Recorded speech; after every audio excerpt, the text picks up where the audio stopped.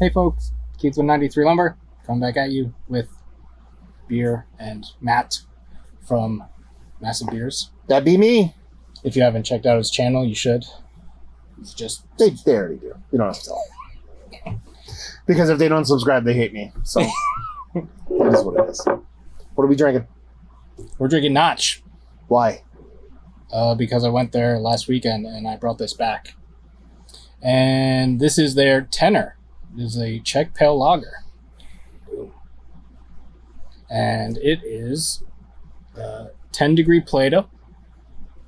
Czech pale lager. 4% alcohol by volume. Open fermented, naturally carbonated, triple decocted, Moravian floor malt, lagered forever. Doesn't that look like, you see those, like the way to lit that back is? Doesn't that look like, what did they call it? Like word cloud or something like that? It's like, you know what I'm talking about? Like the style?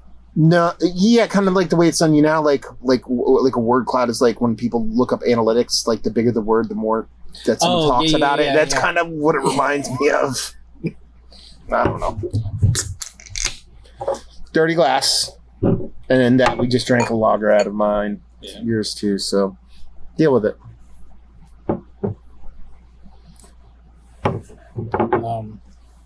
I did have this one at the brewery. So.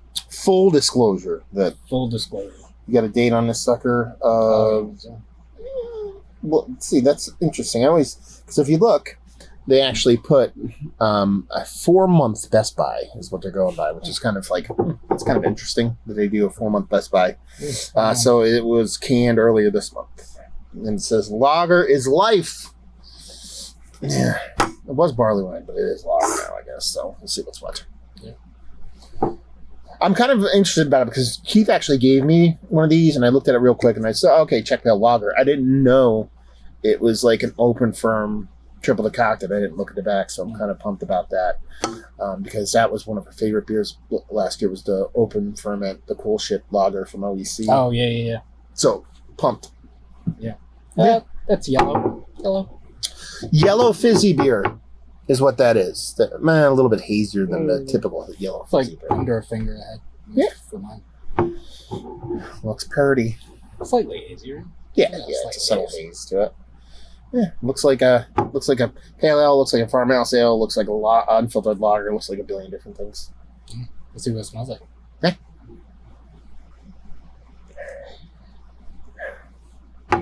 Yeah, sure. It smells like Czech lager. It smells like a little bit of sweet Pilsner malt and a bit of bitter. Done and done. There's nothing kind of like little funkiness that you would expect from like an open firm or anything like that, but it smells like a crispy kind of like bittering lager. I feel like there's like, for a 4% beer, it does have like this heftiness to That's the triple decoction.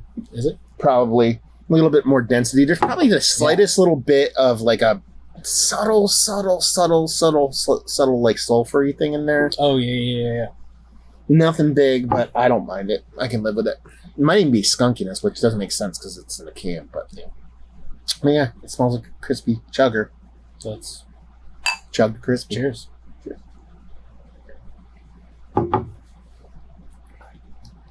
Ooh. That's fun. Yeah. That's a fun beer. I like that. I was gonna. Oh, go ahead. No, you got it. I was just gonna say because I have that OEC beer in my head now, and it's not that in any way. Yeah, it's not quite that. I think this is fun for two specific reasons. Because it's pulling off this cool magic trick that these beers kind of do every now and then, which is it's sharp because of the bittering, but it's super soft at the same time. So it's almost like a soft crispy boy, which doesn't make any sense. Because like the sharpness of the beer, the crispiness is actually coming from a pretty aggressive bittering that isn't like, it's not like a huge kind of like over the top like bittering that's going to like wreck your palate. Yeah. Before it's beer, it's pretty big, but then it has this kind of satin silky softiness to it. So it's like drinking sharp softness. I don't know, but that's kind of how it drinks for me. Yeah. A bit drying. Oh yeah. The maltiness is like Yeah. I like this a lot. This is really good. Yeah, I could drink 47,000 of these. Easily. Especially in a brutal hot day. You could probably hear the AC buzzing in the background because it is like, what? It's getting like 93, 94 degrees today or something like that. So basically, anytime me and Keith try to hang outside, whether it's Beer Tuber Palooza, it's the extremes. Either we're under a tent trying to stay warm in the middle of the winter because it's COVID, or we're inside here. But this is probably the most comfortable we've been in an air-conditioned setting in my house ever. Oh, probably. Yeah, because outside at Beer Tuber Palooza, the last time was sucked. Yeah. The first time inside, it fucking sucked. You know, anytime we go anywhere, he just went to Boston. It should have been cool. It sucked. It was between 75 and 80. Like, it wasn't super hot, but it was just like gross and humid. Yeah. I think this is fantastic. Probably one of the better. I would just call it Czech lager because of the bittering, and that's what makes it a Czech lager. It's probably one of the better ones I've had. To be honest with you, I expected something a little bit different just because when I see Open Firm, I expect there to be this kind of little, not even tart, just a little funk to it. And it's more, it drinks more like contained stainless to me than that. But I think it's fantastic. When I had it at Notch, I believe they pour all their beers on those Luger side pours. Yeah, the side pours, whatever.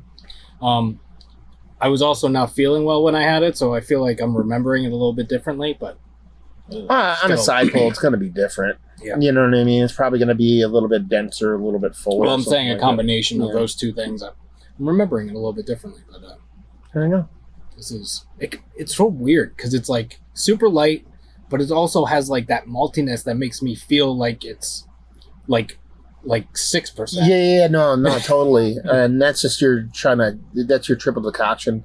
That's basically just trying to, it's going to make a richer, more fuller kind of beer. And just even at this low ABV in the style of beer, it's richer and fuller for what it is. It's not like, we're not going to confuse it with like a bigger ABV beer, but for 4%, let's put it this way, if this was a mystery beer, I think we would get in the mid 5s, pushing 6s on this. I don't think we'd get closer to 4. Yeah. There you go. I'm done. How about you? Yeah. You want to tell them all your stuff you say at the end of your stuff? Oh, yeah. You can... I don't really review beers that much these days, so I always forget.